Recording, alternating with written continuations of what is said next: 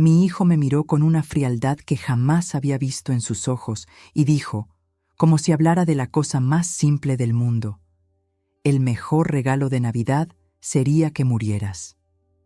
Ese instante partió mi alma en 1000 pedazos. El niño que un día me llamó mamá con ternura, el hombre por quien sacrifiqué todo, ahora me deseaba la muerte, justo en las fechas en que todos hablan de amor y de familia. No hubo risas, no hubo rectificación, solo silencio. Un silencio que me gritó más fuerte que sus propias palabras. Yo ya no era querida allí.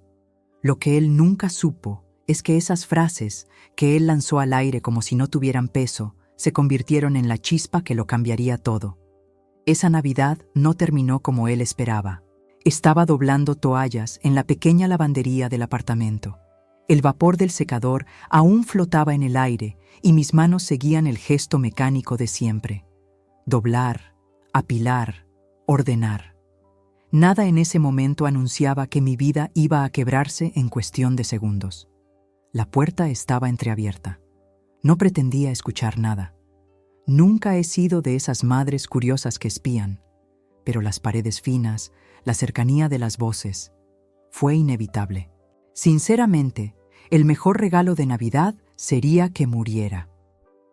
La voz de Javier, mi hijo, atravesó la rendija como un cuchillo helado. Mis manos se quedaron quietas. La toalla roja que tenía entre los dedos cayó al suelo como si se hubiera convertido en piedra. Creí haberme confundido. Tal vez se refería a otra persona. Tal vez era una broma mal contada. Esperé, con el corazón latiendo tan fuerte que me retumbaba en los oídos, a que se corrigiera, a que soltara una carcajada y dijera que era una exageración.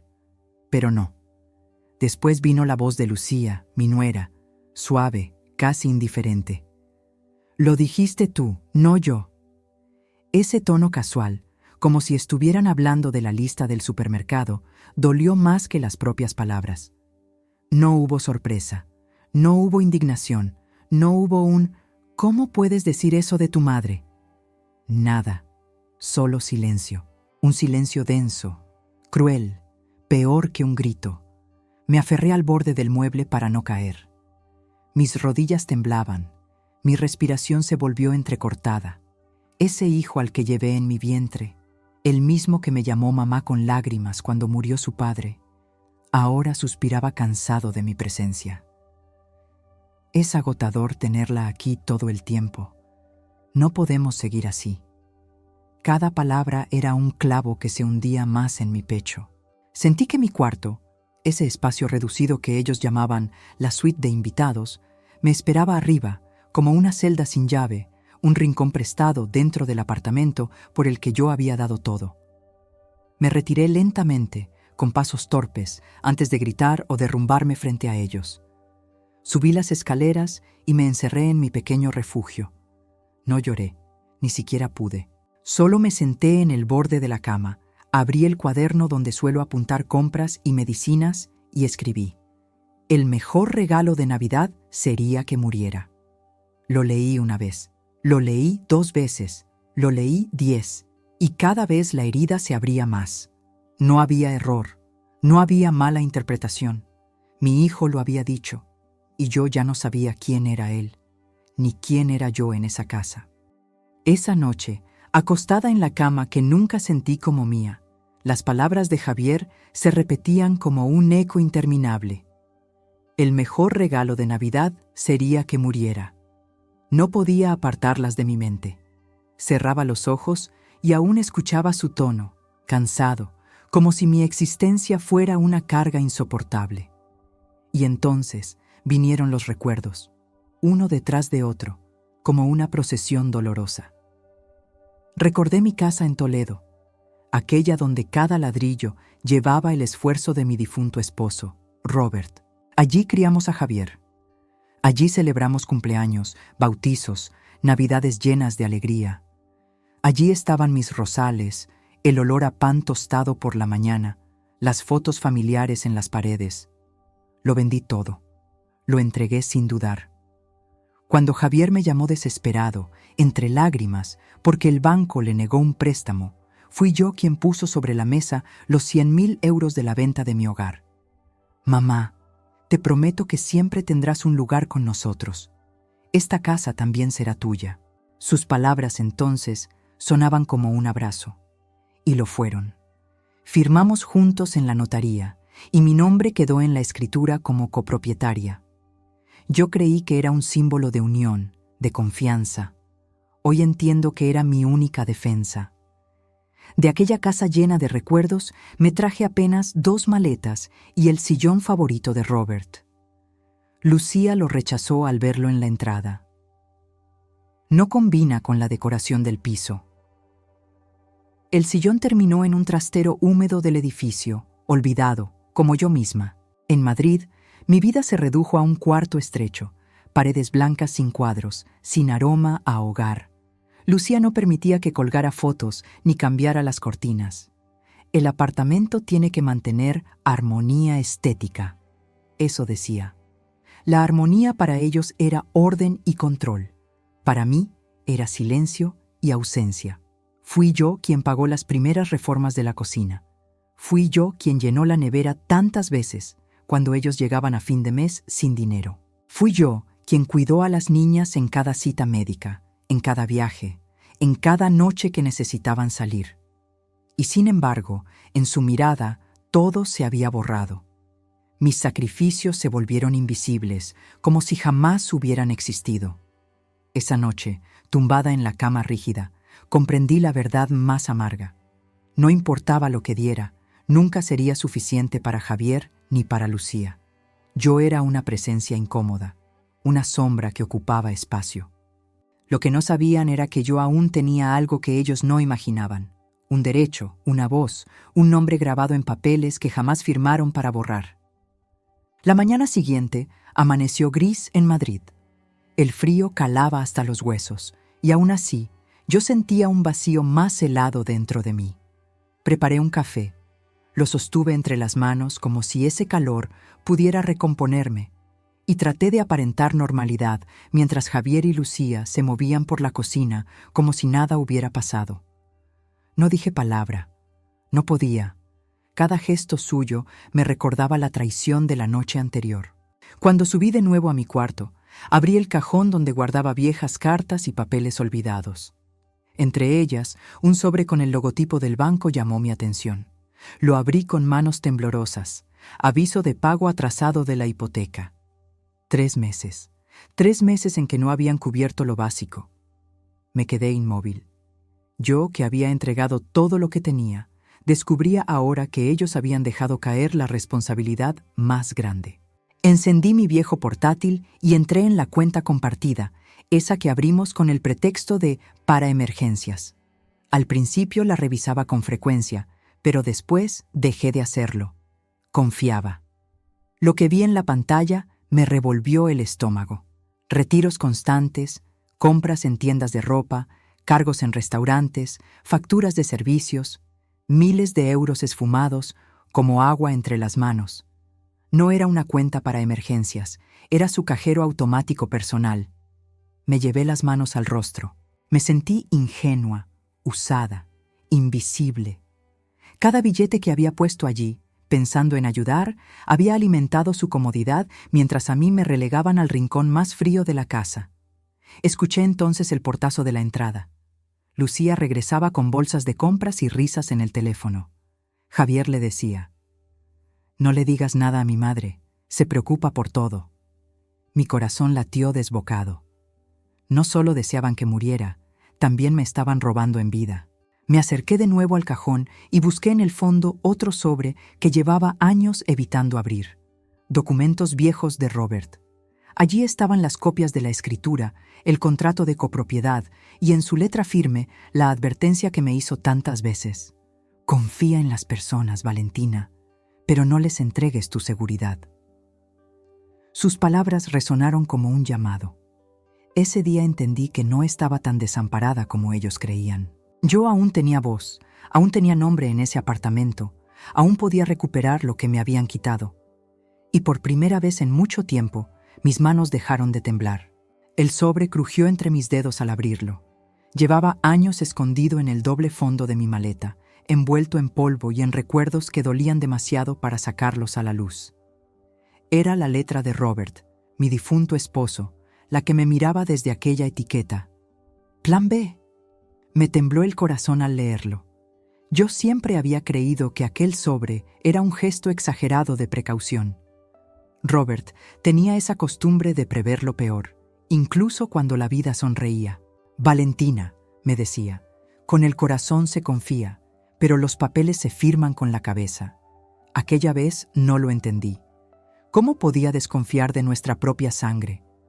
Hoy sus palabras resonaban como una profecía. Dentro encontré copias de la escritura del apartamento de Madrid. Allí estaba, claro y nítido. Mi nombre seguía en el registro como copropietaria del 40%. Javier nunca había terminado los trámites para borrarme. Decía que lo haría más adelante. Y ese más adelante jamás llegó. También había cartas notariales, documentos bancarios, extractos de cuentas que Robert insistió en mantener separadas. Él había previsto que la vida podía torcerse, incluso dentro de la propia familia. Yo, que siempre fui de corazón blando, me negaba a pensar en eso. Hasta esa noche. Extendí los papeles sobre la cama, como quien coloca un mapa en medio de la tormenta. Las manos ya no me temblaban. Sentía una calma extraña, firme, como si Robert estuviera allí conmigo, guiándome desde el más allá. Aquel plan B no era solo un conjunto de documentos, era una salida, una llave, la prueba de que no estaba tan indefensa como ellos pensaban. Recordé la voz de Javier en la cocina, la frialdad de Lucía, el desprecio disfrazado de silencio.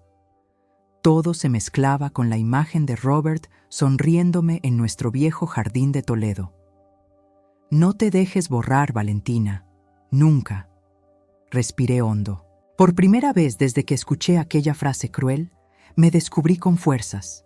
Podía llorar, podía dolerme, pero ya no era una víctima perdida en un rincón del apartamento. Yo aún tenía poder, y estaba a punto de usarlo. El amanecer llegó cargado de un silencio pesado. El apartamento en Madrid parecía más frío que nunca, aunque la calefacción seguía encendida. Yo bajé a la cocina como cada mañana, preparando una taza de café que apenas pude probar. Javier apareció primero, despeinado, con el gesto cansado. «Buenos días, mamá», murmuró, como si la noche anterior no hubiera dicho nada. Lo miré, pero no contesté. Sentía que si abría la boca, un torrente de palabras saldría a gritos y no habría forma de detenerlo. Me limité a girar la cuchara en el café, escuchando el tintinear del metal contra la porcelana. Lucía entró después, impecable como siempre, con su conjunto deportivo caro y maquillaje perfecto. No levantó la vista de su teléfono mientras hablaba de citas y mensajes. Cuando al fin reparó en mí, dijo con esa voz plástica que siempre usaba: «Te ves pálida, Valentina. Deberías probar la melatonina. Hace maravillas para dormir». Tuve que contener la risa amarga que me subía por la garganta. ¿Melatonina para curar el dolor de un hijo que desea tu muerte? Miré hacia el salón. El árbol de Navidad parpadeaba con luces intermitentes, decorado con guirnaldas y los adornos que yo misma había ayudado a colocar con las niñas. Había también copos de papel pegados en las ventanas, pequeñas obras que hicimos juntas una tarde de diciembre. Ese árbol brillaba como si todo estuviera en paz, pero yo sabía que debajo de esas luces había ruinas invisibles. «¿Estás bien, mamá?», Javier preguntó de pronto, notando mi silencio. «Solo cansada», respondí, bajando la mirada. «Deberías descansar más», añadió Lucía sin levantar los ojos del móvil. Tomé un sorbo de café para ocultar el temblor de mis labios. La amargura del líquido me quemó la lengua, pero era un dolor más soportable que el otro. En ese momento Javier dejó caer una frase como al descuido. «Hoy tienes que recoger a las niñas. Lucía tiene una cita y yo debo llevar el coche al taller». «Claro», respondí con la calma de siempre. El tono de mi voz era el mismo de cualquier día, pero por dentro ardía. Me pedían favores, como si nada hubiera cambiado, como si yo no hubiera escuchado aquellas palabras, como si no supieran que cada segundo junto a ellos era un recordatorio de que sobraba. Lavé mi taza y la coloqué en el escurridor. Mis movimientos eran automáticos, limpios, casi ceremoniales. Y mientras el agua corría, una idea comenzó a solidificarse en mi mente. No volvería a ser la misma sombra obediente de siempre. Subí después a mi cuarto con la excusa de ordenar, pero lo que hice fue abrir de nuevo el sobre de Robert. Me senté frente al espejo. La mujer que me devolvió la mirada ya no era la misma. Había arrugas, sí, pero también había una chispa que hacía mucho no veía: decisión. Y en ese reflejo comprendí algo esencial. Si ellos querían una Navidad sin mí, entonces debían aprender lo que realmente significaba mi ausencia. Esa tarde, cuando la casa quedó en silencio y solo se escuchaba el ruido lejano del tráfico madrileño, me armé de valor y marqué un número que llevaba demasiado tiempo guardado en mi agenda. Al tercer tono, respondió una voz firme y cercana. «¿Valentina? ¿Cuánto tiempo? ¿Está todo bien?» Era Sofía Morales, la amiga y abogada que Robert y yo siempre habíamos consultado en los momentos difíciles. No la llamaba desde el funeral de mi esposo. Y ahora, con la garganta seca y la respiración entrecortada, apenas logré decir: «Sofía, necesito saber si sigo apareciendo en la escritura del apartamento, si todavía figura mi nombre». Hubo un silencio breve al otro lado, seguido de un tecleo rápido. «Por supuesto. Nadie ha tramitado la exclusión. Sigue siendo copropietaria del 40%. Sentí que me faltaba el aire. Era como si de pronto una ventana se abriera en la habitación más oscura de mi vida. ¿Entonces tengo poder sobre esa vivienda? No solo poder, Valentina. Tienes derechos, plenos. Si lo deseas, puedes exigir la venta o al menos reclamar tu parte. ¿Qué está ocurriendo?» Mi voz se quebró. No pude ocultar más la herida. Le conté todo, desde la frase de Javier hasta las cuentas vacías y la hipoteca atrasada. Cada palabra era un puñal que volvía a clavarse, pero también una descarga, un alivio de no cargar sola con aquel dolor. Sofía me escuchó en silencio. Al final, su respuesta fue clara, sin titubeos. «No estás atrapada, Valentina. Puedes liberarte. La ley está de tu lado. Si quieres, mañana mismo preparo un aviso formal de intención de venta. Eso les hará entender que no eres invisible». Me quedé callada, mirando por la ventana el cielo gris de Madrid. Los coches pasaban, la vida seguía, pero dentro de mí algo se estaba gestando. «Hazlo», susurré al fin. «¿Estás segura?» «Más que nunca. Quiero que lo reciban los dos. Quiero que lo lean juntos. Y que entiendan que yo también puedo desaparecer, pero a mi manera». Colgué con las manos aún temblando. No de miedo, sino de fuerza. En el espejo vi mi reflejo. La misma mujer que unas horas antes parecía vencida, ahora tenía la mirada encendida, como quien recupera un terreno perdido. Robert había tenido razón. Sofía también. Yo no era un fantasma en esa casa. Yo era la dueña de mi propio destino. La víspera de Navidad amaneció con un silencio extraño. El apartamento en Madrid olía a canela y a velas perfumadas, pero bajo ese aroma flotaba un aire pesado, como si las paredes supieran que algo estaba por quebrarse. Las niñas corrían de un lado a otro, emocionadas por la llegada de los regalos. Lucía se ocupaba de los detalles estéticos: las luces del árbol, la mesa con copas brillantes, los platos cuidadosamente dispuestos para la cena familiar. Todo parecía perfecto en la superficie. Pero yo ya sabía que la perfección tenía grietas. A media tarde, mientras acomodaba discretamente un par de manteles, escuché el primer grito. «¿Qué demonios pasó?». Era Javier desde la cocina. Corrí al umbral y lo vi con el móvil en la mano, pálido. Lucía, a su lado, buscaba desesperada entre papeles. «No puede ser. Nos han cortado la luz». El árbol parpadeó un instante y luego quedó a oscuras. La calefacción se apagó con un clic seco. El apartamento entero se sumió en un silencio helado. Solo quedaron las voces alteradas de Javier y Lucía. ¿Pagaste la factura? Pensé que lo habías hecho tú. Siempre la pagaba mamá. Allí estaba la verdad desnuda. Mi vida había sido el soporte invisible de esa casa, y ahora que retiré mi mano, todo se desplomaba. Me acerqué despacio, con la calma de quien ya no tiene miedo, y los miré fijamente.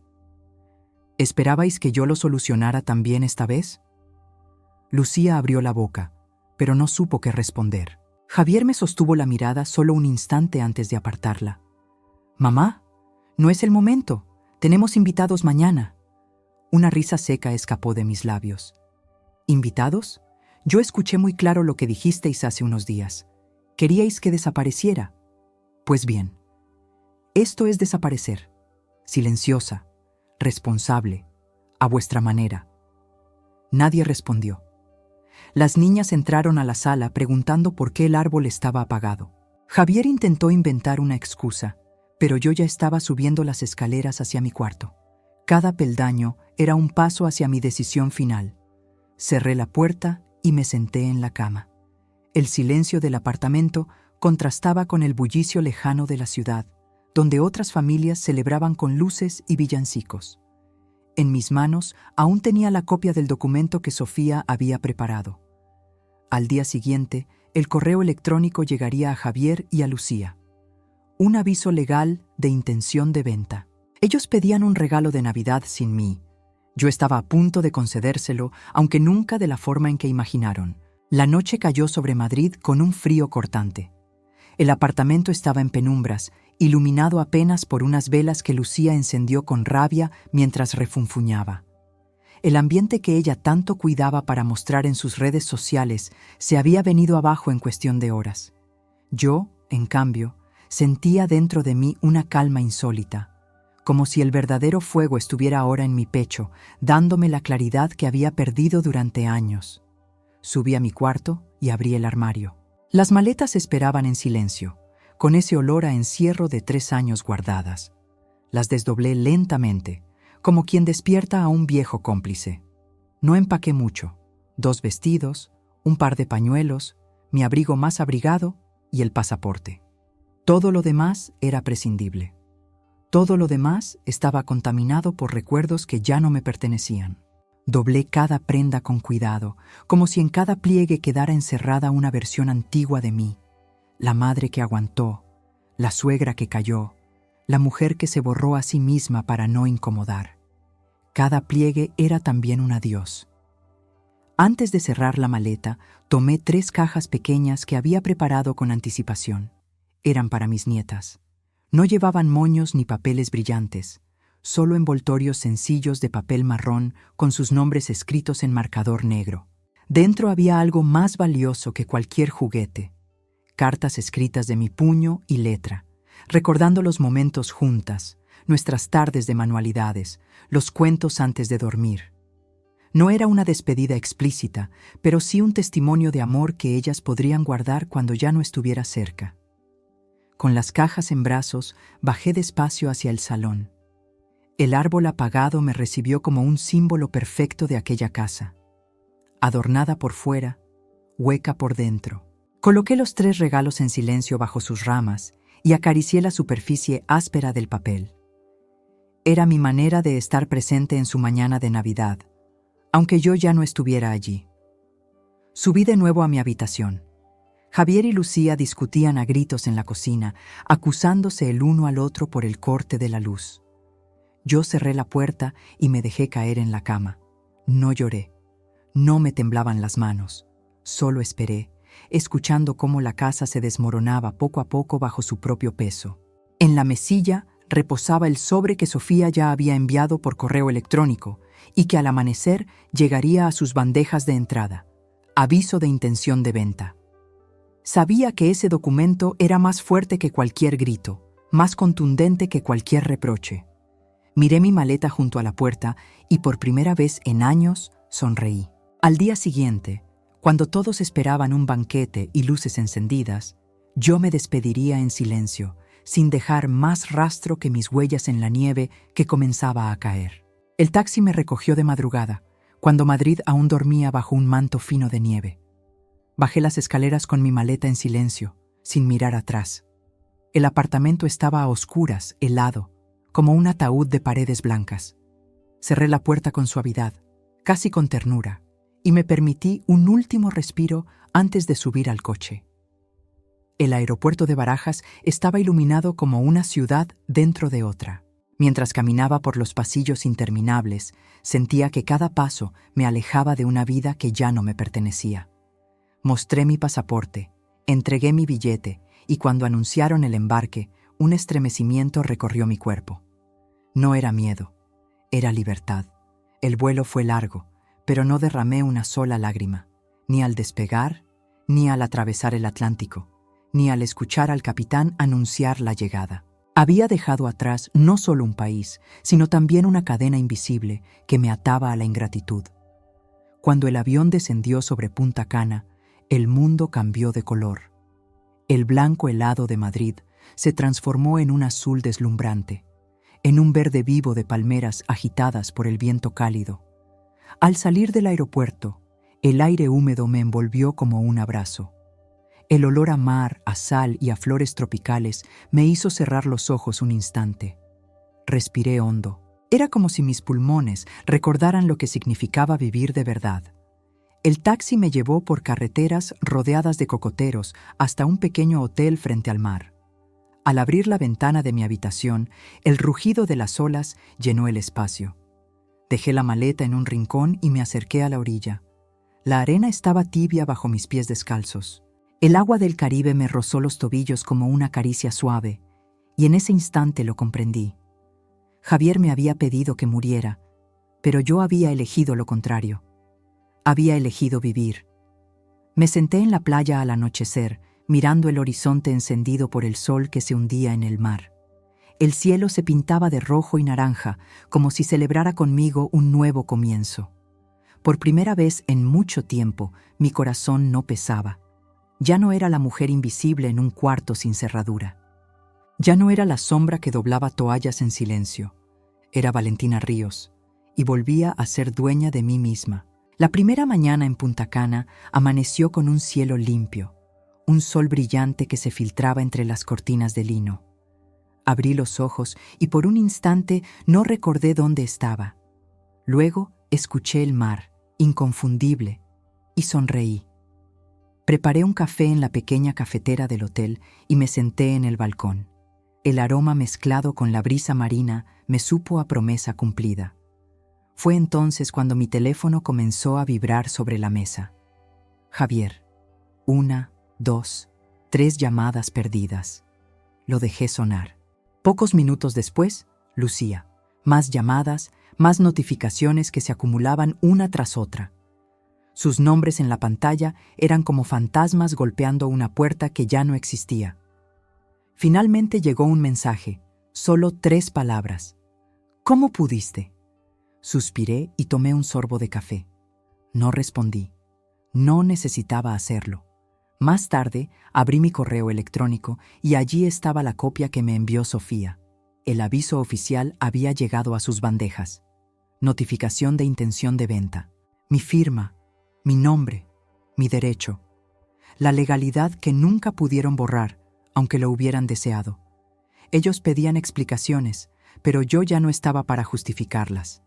El mar rugía frente a mí y en sus olas escuchaba una verdad simple. Yo no les debía nada. Al caer la tarde, decidí caminar por la playa. La arena tibia bajo mis pies me recordaba que estaba viva, que cada paso era un acto de libertad. El móvil vibraba en mi bolso insistentemente. Javier insistía, casi rogaba. Al fin contesté, solo una vez. Su voz llegó quebrada, entre furia y desesperación. «Mamá, ¿qué estabas pensando? Nos estás arruinando. Esta casa era nuestra vida. No puedes hacer esto». Lo escuché en silencio. Cuando hizo una pausa, respondí con calma. «Esa casa fue un regalo, como yo también lo fui. Perdiste ambos. Ahora aprende a vivir con tus palabras». No esperé respuesta. Colgué. El mar siguió su canto, indiferente al dolor de Madrid. Yo me dejé llevar por ese sonido, como quien finalmente entiende que el eco del pasado ya no tiene poder. El sol caía sobre el Caribe, tiñendo el horizonte de tonos dorados y violetas. Caminé descalza por la orilla, sintiendo cómo la espuma me acariciaba los pies. Por primera vez en muchos años, respiré sin miedo, sin culpas, sin el peso de ser invisible en la vida de los demás. Mi hijo pidió que desapareciera, y lo hice, pero no de la manera que él imaginaba. Desaparecí de su casa, de sus cuentas, de su control, y aparecí en un lugar donde el mar me recuerda cada día que todavía estoy viva, que todavía tengo derecho a empezar de nuevo. Mientras el cielo se apagaba sobre el mar infinito, sonreí con una certeza luminosa. Algunos regalos de Navidad no llegan envueltos en papel brillante, llegan en forma de libertad. Si esta historia te conmovió, no olvides suscribirte al canal y dejar tu me gusta. Eso me ayuda a seguir trayendo relatos intensos como este. Y dime en los comentarios, ¿desde qué ciudad del mundo nos estás viendo?